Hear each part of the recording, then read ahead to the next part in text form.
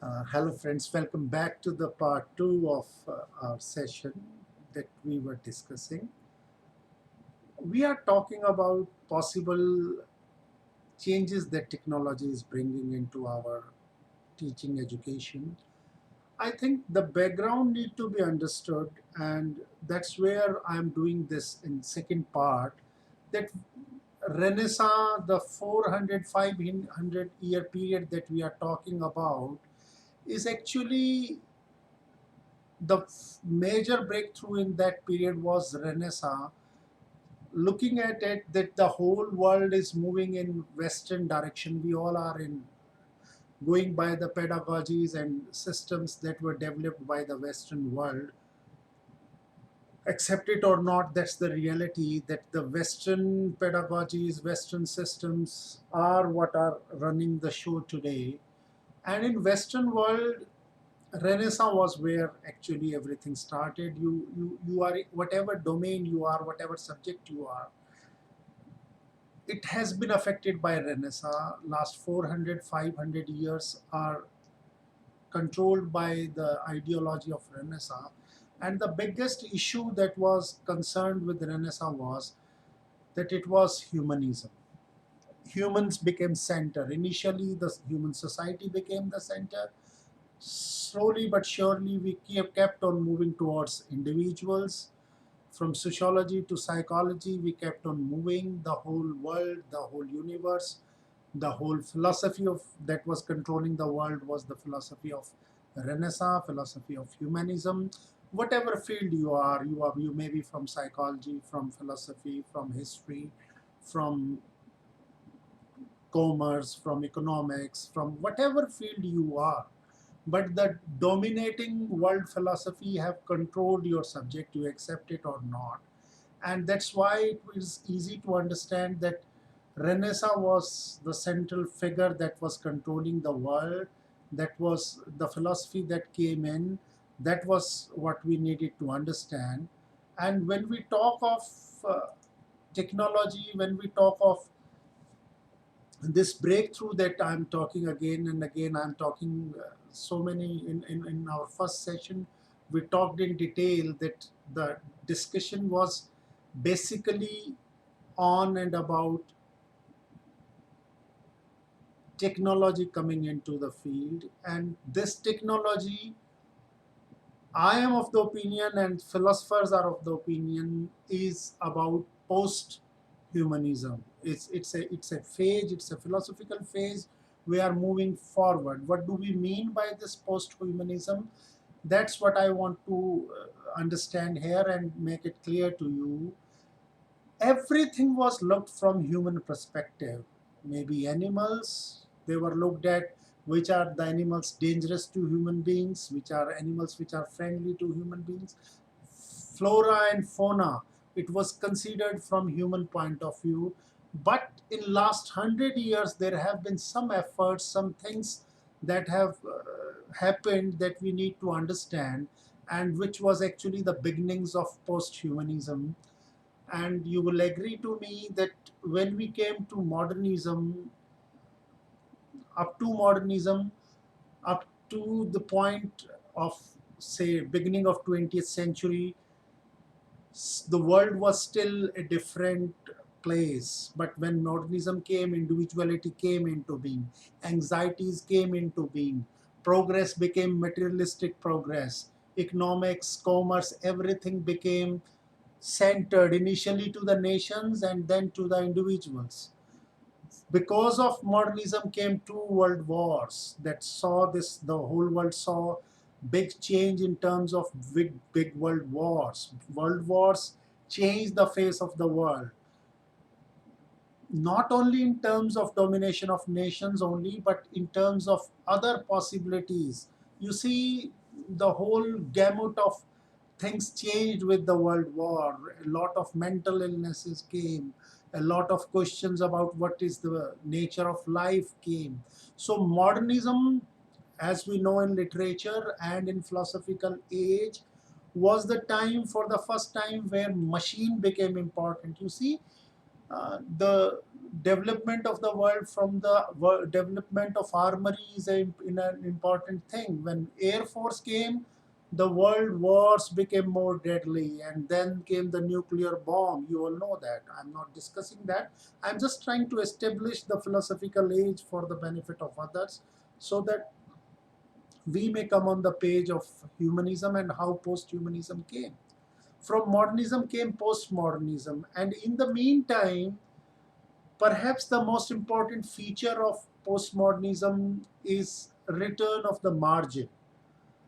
People, group of people who were not considered the, as we use the term WASP, white Anglo-Saxon Protestants, who were at the center of the world, who were controlling the world, who were actually defining, calling shots, may it be British Raj all over the world or rise of America in that term. Return of the margin was for the first time during postmodern age, during the age after two world wars. Margins were considered to be coming to the fore. And these margins, who were these margins? If you look at to the today's generation, the war of feminism or the fighting for the rights of women might appear to be going on forever. But if you look back till 1909, there was no voting right for women, even in the most developed Western world, even in America, Britain, France, Germany, you whatever way you look at it. But nowhere in the world women had the right to vote. Forget equal pay, forget other equalities. So I'm sorry if it sounds a qualitative judgment. It is not. It is just a quantitative judgment, just trying to understand the situation. So return of the margin, when we say the white Anglo-Saxon male, patriarchy, males, white males, even among them Protestants, Anglo-Saxons, they were the one controlling it, and sooner and surer other people started asking for their space. And they were asking for the space. I think I need to understand, talk about this more. Anthropomorphocentric world. This, what does this mean? This means anthropomorphocentric means that man was at the center of the world. I'm saying it, man. And when I say man, it is not, it is something again, the word, the binary of man, woman. So man was at the center of the world. Anthropomorphic means the word describes the world. And word is created by human beings, males. So the Renaissance world was an anthropomorphocentric world. It was a world where males were dominating. It was the world where humans were at the center of it, and that too males. So first among the humans, there were margins who started coming up. Feminism came.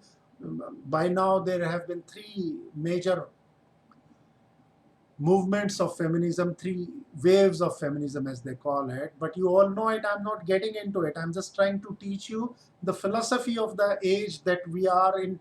2021, we are standing at a philosophical age, and the background of it must be understood. So before you see beginning of 20th century, you will have rare female voices, even in all fields. Forget literature, language, in all fields. Whatever field you come from, you will rarely find a thinker, a philosopher who was not a white Anglo-Saxon. But by the beginning of 20th century and then 21st century, voices started coming up. Feminism came, that was the first one. Then blacks in terms of color of skin, I'm sorry I have to use this word, but we all understand what we are referring to. Race we are referring to. So Caucasians, Anglo-Saxons who were at the center of the world, and then there were other races that came into fore. They asked for their space, demanded their space, and got their space. Jews are one more example. So when you look at the world from after Second World War, there were voices from the margin who were coming to the center. That was among the human world. And once, even see, queer voices voices like transgenders. From male came the space was taken by, some space was demanded by females, and from females there was space for people who are neither male nor female. That was only in last 30-40 years you have seen transgenders demanding their space, asking for their space, and we are giving them space. So transgenders, even among humans, the margin came, and when the human margins were accepted, perhaps that was the end of humanism. That was the point where humanism could take, and then we started looking beyond humanism, what we know as posthumanism. First, there are three major entities in this world. If you look at it, one is human beings, then there is animal world, and then there is world of vegetation. So when we talk of posthumanism, we are talking about all the three. We are talking about flora and fauna. We are talking about animals. You look around, you will find a lot of animal conservation started in last 40 years. Talking about giving space. Now, only yesterday I was reading that in one of the highways that is being developed by Government of India, Delhi Mumbai expressway, green expressway, there are places where it is passing through some animal conservatory, and efforts have been made to create space where animals can move on both sides of national highway without any problem. They have created spaces, they have created some cave like spaces where they can cross the highway without touching it, without coming in contact with the vehicular traffic passing through it. Maybe 50 years back, nobody thought about it. Think of Kaziranga National Park, where a lot of elephants uh, actually happen to get cut by the train passing through, the railway line passing through it. But now there are efforts that something should be done. This awareness, this is a proof that humanism is moving into post-human, where the world is no more an anthropomorphocentric world, where the world is no more a world where humans not only dominate or usurp the whole of space, but there is space for others as well. Animal world was the first one. You must have heard a lot of discussion going about stray dogs, about cats, about animals who stray into human habitation. You must have heard about those WhatsApp messages, memes, where you speak about that actually it is not animals who stray into human area, human beings have usurped their space. So this awareness is not just like that. It has not come just like that.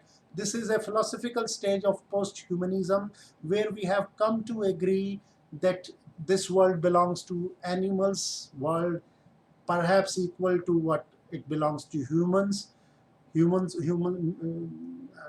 kingdom, animal kingdom, and then is the ecology, then is the vegetation, that we are thinking about water conservation, we are talking about depletion of water, we are talking about depletion of course it initially begins as for the saving of humanity itself, because when we talk of ozone layer, when we talk of ecology, we first talk about that if this depletes, human beings will be in trouble. Of course, the thinking initially comes from there. There is no denying the fact. I'm not saying that it is coming for the sake of them, but even for the sake of their sake, we perhaps generally did not give them that much importance that we have started giving them. And now we are at the beginning of the stage, what we call, or what I am calling, or what philosophers are calling as post-human stage. So I hope all of you understand what I'm talking about. This slide talked about the last 100 years, how philosophically the last 100 years have moved, how from rise of science to we moved to modernism, then to postmodernism, how the margins came into being, and finally where we are now, where the three worlds we coexisting, the world of humans, the world of animals, and the world of vegetation. That's what I wanted to bring you to this. But it's easier said than done. What happens when the philosophical world changes from humanism to post-humanities or post-humanism, or I think it should not be post-humanities but post-humanism. But in terms of pedagogy, in terms of education, it is called post-humanities. And post-humanities actually is digital humanities. I'll come back to it. I'll talk more about it. So first and foremost thing that it comes to is that it is no more an anthropomorphocentric world. It is no more a world where humans dominate. Now you can very easily understand that along with humans, animals, and vegetation, there is another world coming up, and that is the world of Alexas and Siris. All of you are aware of Alexa and Siris, I assume that, and even if you are not, just write down this in Google and you would understand. Alexa is a voice, is a humanoid, is a kind of human voice that controls your Google tools. Similarly, Siri comes from another house of tools. So think of it that we treat them as humans. See, have you heard somebody talking to Alexa and Siri? Alexa, drive this. Alexa, run this. Siri, please play the music. So we are treating them equal. And there is now a new world being created, that is a world of bots, robots, and algorithms. You see, you must have seen, if you use uh, Putun or other tools, you must have seen a figure coming on the screen as if the figure is the teacher who is doing the whole thing. We are now at a stage where we have come to accept that this world will be, uh, along with humans, we are going to have androids, humanoids, bots, robots, and the algorithms that are running it. So we now come to from three. Initially, there were three people, three entities in the humanistic world. Towards the end of it, humans, animals, and vegetation. Now we, even in the human world, in the first part of it, in the human, there are humanoids, there are bots, robots. Accept it or not, you for initial readers, for initial thinkers, it becomes slightly tough to accept that how can they be equal to humans, but they are doing all the things that human beings are doing. You must have seen algorithm programs which are choosing a stock that is going to rise today, and more often than not they are right, their prediction of stock market is right. Similarly, weather boats have created where which predict how the weather is going to be at New Delhi today, and the boat is more or less algorithm is right. So they are practically doing all the works that human beings used to do. Even if you are from the world of literature, you must have heard that already there is a AI, artificial intelligence created novel has been created. No human being has written it, a machine has written it. Similarly, machines are creating poems. Similarly, machines are creating uh, analysis of literature. So all the works that human beings thought that they were capable of, animals and the vegetation was not capable of, or what humans thought that they are superior at, humans have now created humanoids, androids, robots, bots that can do it. And accept it or not, they are now entity of this world. This world belongs to them as well. You, better it is that you agree to it. If even if you do not agree to it, it doesn't make a big difference, because they are controlling this world in a way. And the world day is not far where they would perhaps outnumber the human beings. I'm not, I'm sorry, it might sound like that I'm proposing this, but I'm not proposing it. I'm not the one who would like it to happen, but let us understand this is happening. Now, how is it going to affect the world of pedagogy, the world of education, the world where you and I are existing today? First major thing that's going to change is that all education is going to become interdisciplinary and multidisciplinary. The first thing that you should understand is a lot of discussion goes on, and a lot of people get stuck up at this idea that how national education policy proposes that a student at 6th class should read coding, should start coding. Lot of parents ask this question, lot of educationists start discussing this question, but perhaps they are missing one point. Perhaps if this is your question, you are missing one major point, and that major point is as simple as this. That major point is, did you not learn language as the first thing in your school? Remember what your ma, papa, initially your parents started teaching you was language. And even if you become a mathematician, even if you become a man of chemistry, even if you become something else when I say, means you might have become a scientist, you might have become a man of physics, you might become a man of commerce, you might become a man of music. But in terms of teaching, learning, you need language. For example, I am communicating through you. Of course, I am communicating through educational technology, ICT tool, but I am talking, I am speaking, I am talking in a language. So there are two things that we are able to communicate this session. One is my language. Second is this whole gamut of technology, this OBS that on which I am recording this online program that you are attending, the computer set, YouTube, whatever you are using. So these are two sets of communication that we are using. One is language, another is the digital ecology. To put it in one word, I'm calling it digital ecology. So everything will have now two things at least: language and digital ecology. Language, you may not be very good in language, but if you know digital ecology, you can use Google Translate, you can use 100 things. You write down the text, the machine will create a voice for it. You all know Audible's available.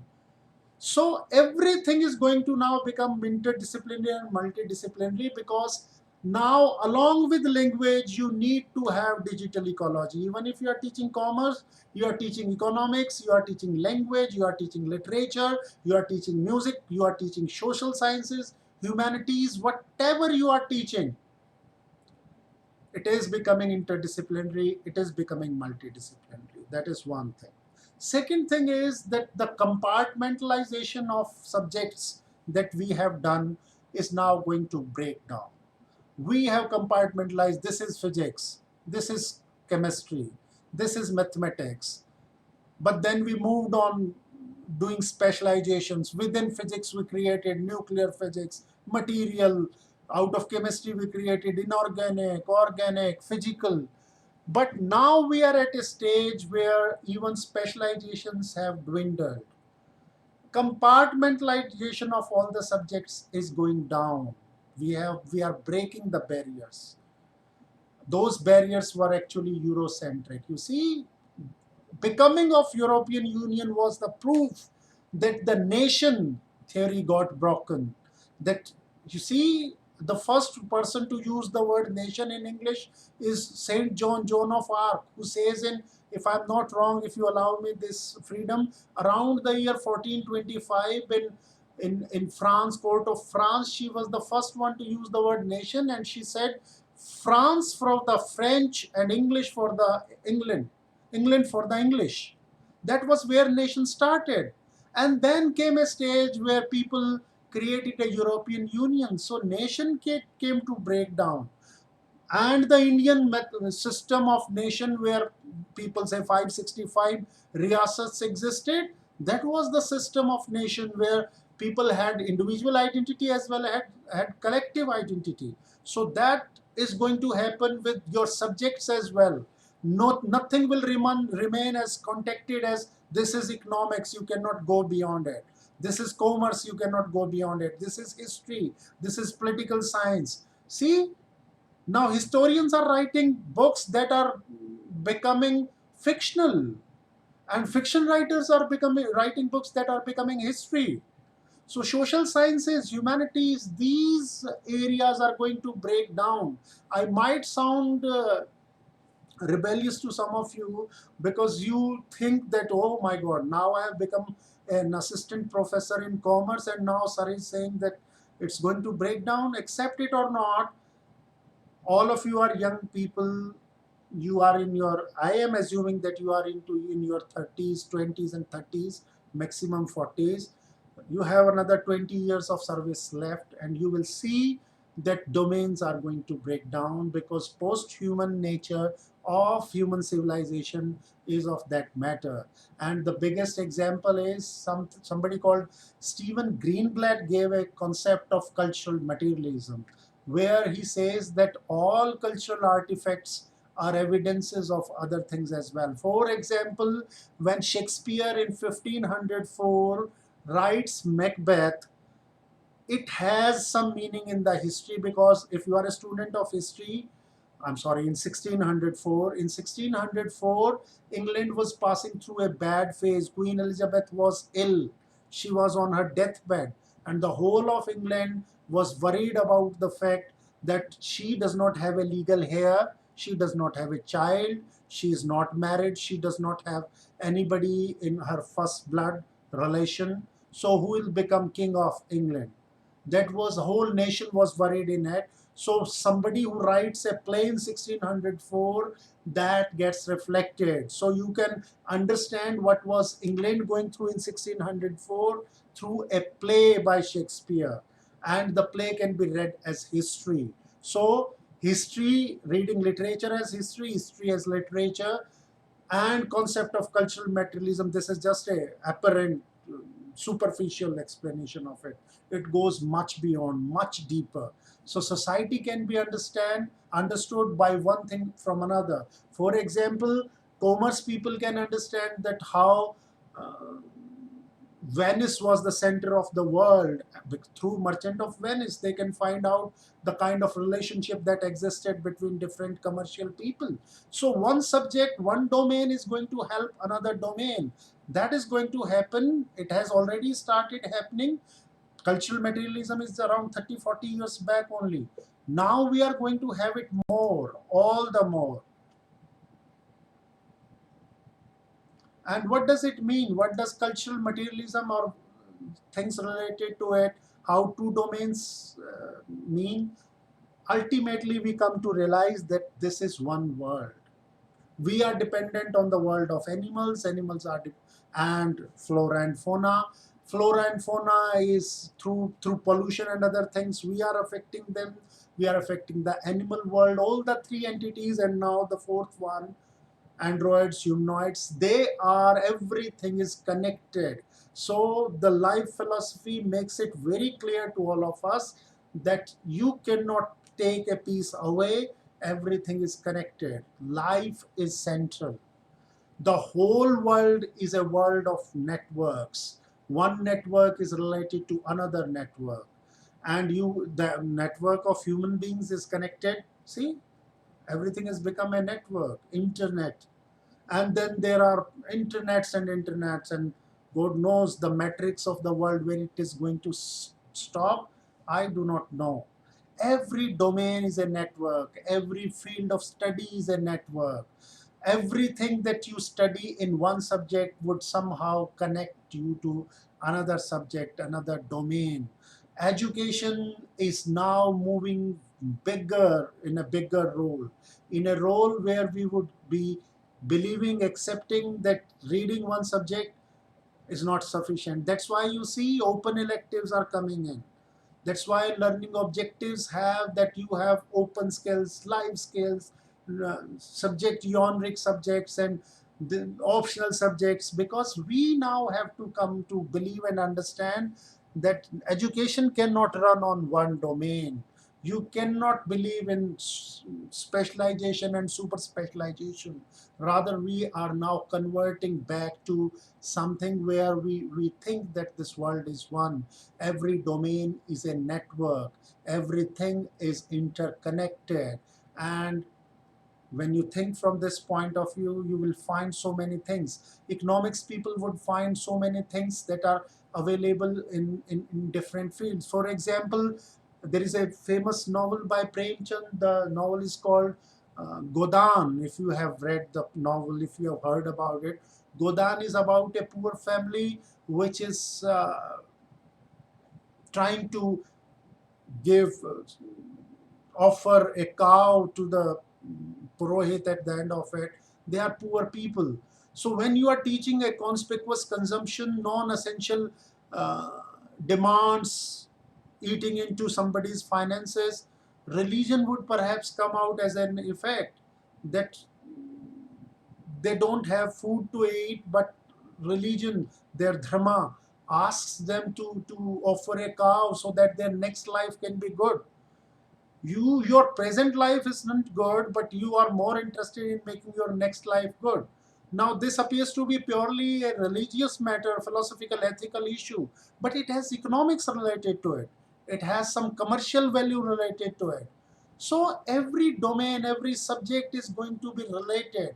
You have to, if you want to marvel into the present contemporary pedagogy and research and educational world, you cannot stick to one world. You have to move forward. You have to realize this, that everything is interconnected.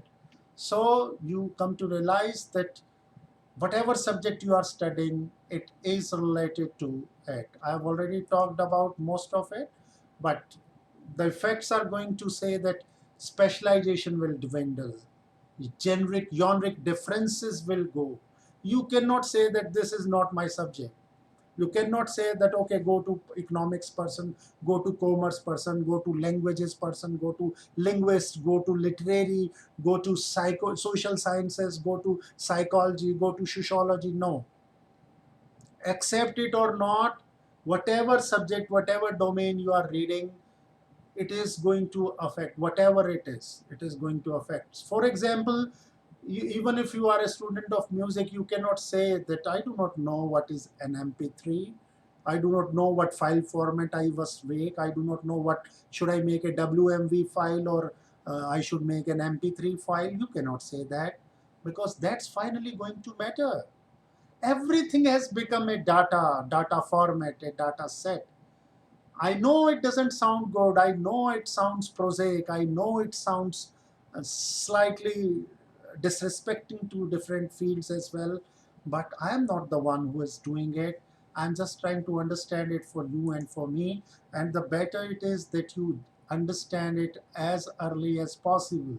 And towards the coming to the third stage, I will be talking about how post-humanities and digital ecology is going to change, and I'll talk more about it. This is one author that I'll be talking in detail in the next session, that how a writer like Amitav Ghosh has created works from non-human players, and how one document called MS6, manuscript written by hand, MSH, is a manuscript written by hand, numbered 6, in American library, what importance it has. I'll come back to it. If you are a student of literature, it will interest you all the more. But even if you are not, even if you are a student of sociology, anthropology, or social anthropology, or even economics, commerce, I'll come out with, from the works of Amitav Ghosh, I'll come out with examples which are seriously post-humanistic in nature. It has a digital interface, and how the digital ecology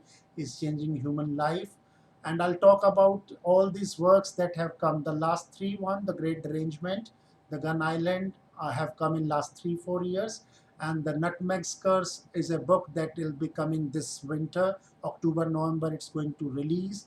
And how non-human players are coming to the fore now. It is not about, literature itself is not about humans, but things beyond them. I'll come talk more about in the third session. And to come to the close of this session, we have already talked about digitalization. We have talked about post-humanism, how the philosophical age is coming and changing, how robots and machines are changing.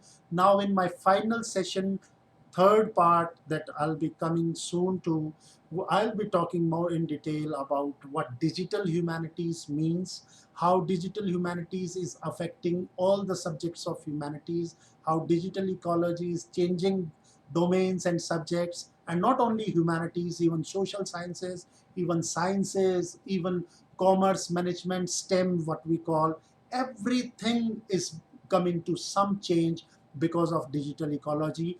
And I'll try to pick some domains and some examples and case studies where we can understand that how my subject is going to change or is changing. I hope I'm meaningful, and I'll try to bring in as many subjects as possible. Thank you very much for your patience. And with this, I come to the close of my second part. Thank you very much.